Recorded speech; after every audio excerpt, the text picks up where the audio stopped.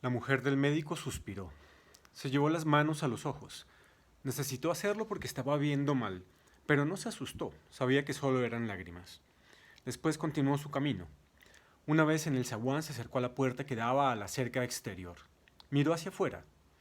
Tras el portón había una luz y sobre ella la silueta negra de un soldado. Del otro lado de la calle las casas estaban todas a oscuras. Salió al rellano. No había peligro, aunque el soldado viera su silueta. Solo dispararía si ella, tras bajar la escalera, se aproximara, después de una advertencia, a aquella otra línea invisible que era para él la frontera de su seguridad. Habituada ya a los ruidos continuos de la sala, a la mujer del médico le sorprendió aquel silencio, un silencio que parecía estar ocupando el espacio de una ausencia, como si la humanidad, toda ella, hubiera desaparecido, dejando solo una luz encendida y un soldado guardándola, a ella y a un resto de hombres y de mujeres que no la podían ver.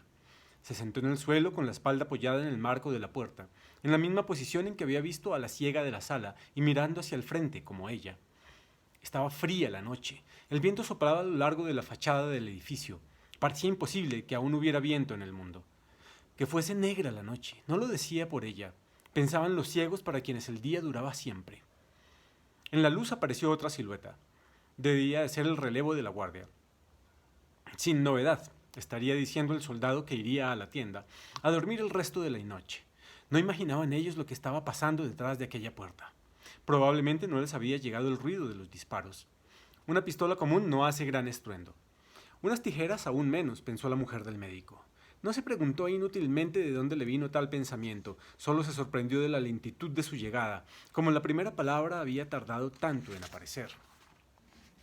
El vagar de las siguientes, y como después encontró que el pensamiento ya estaba allí, donde quiera que fuese, y solo le faltaban las palabras, como un cuerpo que buscase en la cama la concavidad que había sido preparada para él, por la simple idea de acostarse. El soldado se acercó al portón. Pese a estar a contraluz, se nota que mira hacia este lado. Debe de haber reparado en aquel bulto inmóvil, pero no hay luz bastante para distinguir que es una mujer sentada en el suelo, con los brazos agarrando las piernas y el mentón apoyado en las rodillas. Entonces el soldado apunta el foco de una linterna hacia este lado. No hay duda. Es una mujer que se está levantando ahora con un movimiento tan lento como antes había sido el pensamiento. Pero esto no puede saberlo el soldado. Lo que él sabe es que tiene miedo de aquella figura que parece no acabar nunca de levantarse. Se pregunta si debe dar la alarma. Inmediatamente decide que no. Es solo una mujer y está lejos, en todo caso. Y por si las moscas, apunta preventivamente el arma. Pero para hacerlo tuvo que dejar la linterna. En ese momento el foco luminoso le dio de lleno en los ojos. Como una quemadura instantánea le quedó en la retina una sensación de deslumbramiento. Cuando se restableció la visión, la mujer había desaparecido. Ahora este centinela no podrá decir a quien venga a relevarle sin novedad. La mujer del médico está ya en el lado izquierdo, en el corredor que la llevará a la tercera sala. También hay aquí ciegos durmiendo en el suelo, más que en el ala derecha.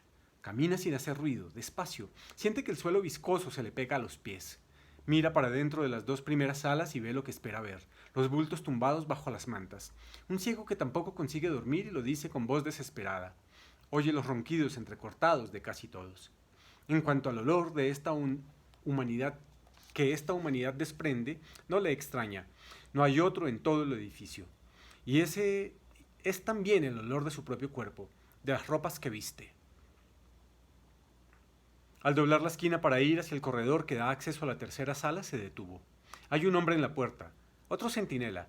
Tiene un garrote en la mano. Hace con él movimientos lentos a un lado y a otro, como para interceptar el paso de alguien que pretenda aproximarse. Aquí no hay ciegos durmiendo en el suelo. El corredor está libre. El ciego de la puerta sigue con su vaivén uniforme. Parece que no se cansa, pero no es así. Pasados unos minutos cambia el garrote de mano y vuelve a empezar. La mujer del médico avanzó pegándose a la pared del otro lado, con cuidado de no rozarla. El arco que el garrote describe no llega siquiera a la mitad del ancho corredor. Dan ganas de decir que este centinela hace la guardia con el arma descargada. La mujer del médico está ahora exactamente ante el ciego. Puede ver la sala tras él. Las camas no están todas ocupadas. ¿Cuántos serán?, pensó. Avanzó un paso más, casi hasta el límite del alcance del garrote, y allí se detuvo. El ciego volvió la cabeza hacia el lado donde ella estaba, como si hubiera percibido algo anormal, un suspiro, un estremecimiento en el aire. Era un hombre alto, de manos grandes. Primero estiró hacia adelante el brazo que sostenía el garrote, barrió con gestos rápidos el vacío ante él, dio luego un paso breve. Durante un segundo la mujer del médico temió que estuviera viéndola, que no hiciese otra cosa que buscar el lugar más favorable para atacarla. Esos ojos no están ciegos, pensó alarmada. Sí, claro que estaban ciegos, tan ciegos como los de todos los que viven bajo estos techos, entre estas paredes. Todos, excepto ella. En voz baja, casi un susurro, el hombre preguntó: ¿Quién está ahí? No gritó como los centinelas de verdad. ¿Quién vive? La respuesta sería gente de paz y él diría: pase de largo. No fue así como ocurrieron las cosas. Solo movió la cabeza como si se respondiera a sí mismo. ¡Qué locura! Aquí no puede haber nadie. A estas horas está todo el mundo durmiendo. Palpando con la mano libre, retrocedió y, tranquilizado por sus propias palabras, dejó caer los brazos. Tenía sueño. Llevaba mucho tiempo esperando al compañero que viniese a relevarlo, pero para eso era preciso que el otro, a la voz interior del deber, se despertase por sí mismo, que allí no había despertadores ni manera alguna de usarlos. Cautelosamente, la mujer del médico se acercó a la otra jamba y miró hacia adentro. La sala no estaba llena. Hizo un recuento rápido. Le pareció que debían ser unos 19 o 20. En el fondo vio unas cuantas cajas de comida apiladas. Otras estaban encima de las camas desocupadas. Era de esperar. No dan toda la comida que reciben, pensó. El ciego apareció otra vez inquieto, pero no hizo ningún movimiento para investigar. Pasaban los minutos. Se oyó una tos fuerte, de fumador, llegada de dentro. El ciego volvió la cabeza ansioso. Al fin podría irse a dormir. Ninguno de los que estaban acostados se levantó. Entonces el ciego, lentamente, como si tuviera miedo de que lo sorprendiesen en delito de fragante abandono de puesto o infracción de las reglas por las que los centinelas están obligados a regirse, se sentó en el borde de la cama que tapaba la entrada. Cabeceó ahí aún unos momentos, pero luego se dejó ir en el río del sueño. Lo más seguro es que al hundirse en él pensara: no tiene importancia, nadie me ve. La mujer del médico volvió a contar los que dormían dentro. Con este son 20. Al menos se llevaba de allí una información segura. No había sido inútil la excursión nocturna, pero habrá sido solo para esto, por lo que he venido, se preguntó a sí misma, y no quiso darse respuesta. El ciego dormía apoyando la cabeza en el marco de la puerta. El garrote había resbalado sin ruido hasta el suelo. Allí estaba un ciego desarmado y sin columnas para derribar. Deliberadamente la mujer del médico quiso pensar que este hombre era un ladrón de comida, que robaba la que a otros les pertenecía en justicia, que la hurtaba de la boca de los niños, pero aún pensándolo no llegó a sentir desprecio, ni siquiera una leve irritación, solo una extraña piedad ante el cuerpo caído, con la cabeza inclinada hacia atrás, el cuello recorrido por venas gruesas. Por primera vez desde que salió de la sala se estremeció. Parecía que las losas del suelo le estaban helando los pies, como si se los quemaran. Ojalá no sea fiebre, pensó. No lo sería. Sería solo una fatiga infinita, unas ganas locas de envolverse a sí misma. Los ojos, sobre todo los ojos, vueltos hacia adentro, más, hasta poder alcanzar y observar el interior de su propio cerebro, allí donde la diferencia entre el ver y el no ver es invisible a simple vista. Lentamente, aún más lentamente, arrastrando el cuerpo, volvió hacia atrás, hacia el lugar al que le pertenecía. Pasó al lado de ciegos que parecían sonámbulos, sonámbula también para ellos. Ni siquiera tenía que fingir que estaba ciega. Los ciegos enamorados ya no tenían las manos enlazadas, dormían tumbados de lado, encogidos para conservar el calor. Ella en la concha formada por el cuerpo de él. Al fin, mirando mejor, sí, se habían dado las manos, el brazo de él por encima del cuerpo de ella, los dedos entrelazados. Dentro en la sala, la ciega que no conseguía dormir continuaba sentada en la cama, esperando que la fatiga del cuerpo fuese tanta que acabase por rendir la resistencia obstinada de la mente. Todos los otros parecían dormir, algunos con la cabeza tapada, como si buscaran una oscuridad imposible. Sobre la mesita de noche de la chica de las gafas oscuras se veía el frasquito de colirio. Los ojos ya estaban curados, pero ella no lo sabía. Si el ciego encargado de escriturar las ganancias ilícitas de la sala de los malvados hubiese decidido, por efecto de una iluminación esclarecedora de su dudoso espíritu, pasarse a este lado con sus tableros de escribir, su papel grueso y su punzón, sin duda andaría ahora ocupado en redactar la instructiva y lamentable crónica de la amarga pitanza y de los muchos sufrimientos de estos nuevos y expoliados compañeros. Empezaría por decir que en el lugar de donde había venido, no solo los usurpadores expulsaron de la sala a los ciegos honrados para quedar dueños y señores de todo el espacio, sino que encima prohibieron a los ocupantes de las otras dos salas del ala izquierda el acceso y uso de sus respectivas instalaciones sanitarias, como son llamadas. Comentaría que el resultado inmediato de la infame prepotencia había sido el que toda aquella afligida gente acudiera a las letrinas de este lado, con consecuencias fáciles de imaginar porque no haya olvidado el estado en que todo esto se encontraba antes. Haría constar que no se puede andar por el cercado interior sin tropezar con ciegos aliviando sus urgencias y retorciéndose con la angustia de diarreas que habían prometido mucho y que al final se resolvían en nada. Y siendo un espíritu observador, no dejaría de registrar la patente contradicción entre lo poco que se ingería y lo mucho que se evacuaba. Quedando así demostrado que la célebre relación de causa y efecto, tantas veces citada, no es siempre de fiar, al menos desde un punto de vista cuantitativo.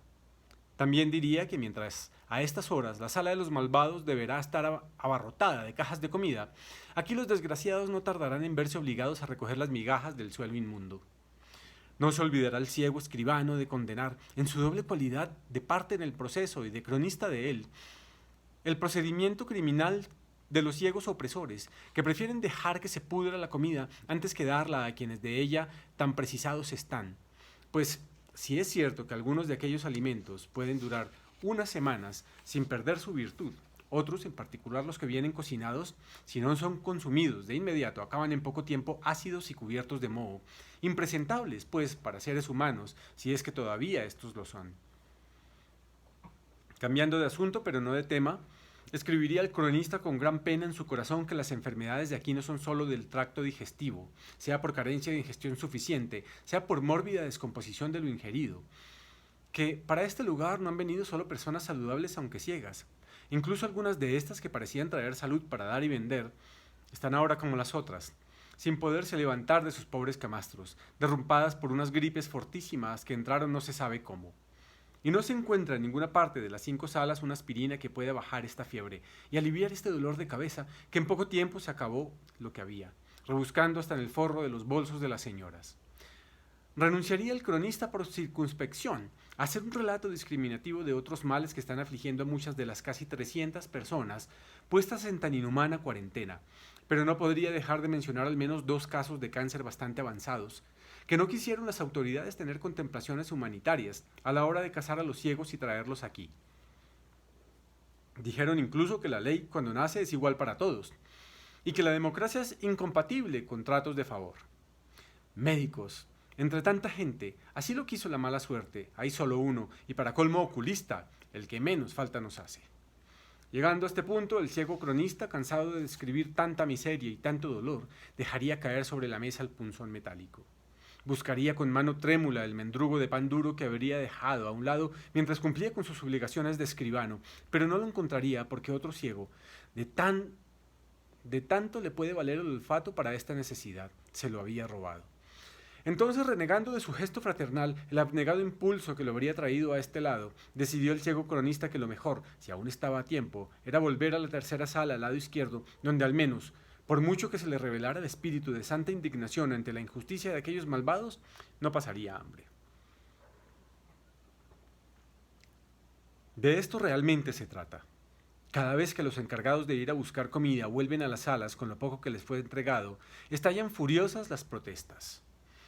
Hay siempre alguien que propone una acción colectiva organizada, una masiva manifestación, presentando como argumento en su apoyo las tantas veces comprobada fuerza expansiva del número, sublimada en la afirmación dialéctica de que las voluntades, en general apenas adicionales unas a otras, también son muy capaces, en ciertas circunstancias, de multiplicarse entre sí hasta el infinito.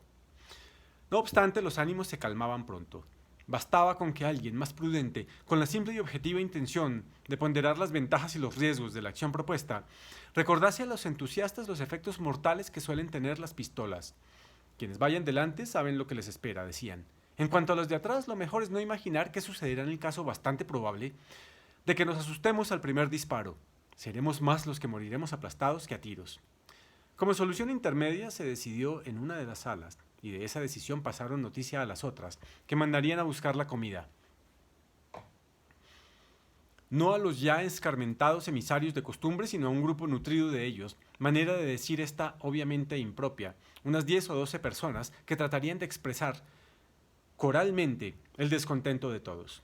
Pidieron voluntarios, pero tal vez por efecto de las conocidas advertencias de los cautelosos, en ninguna sala fueron tantos los que se presentaron para la misión.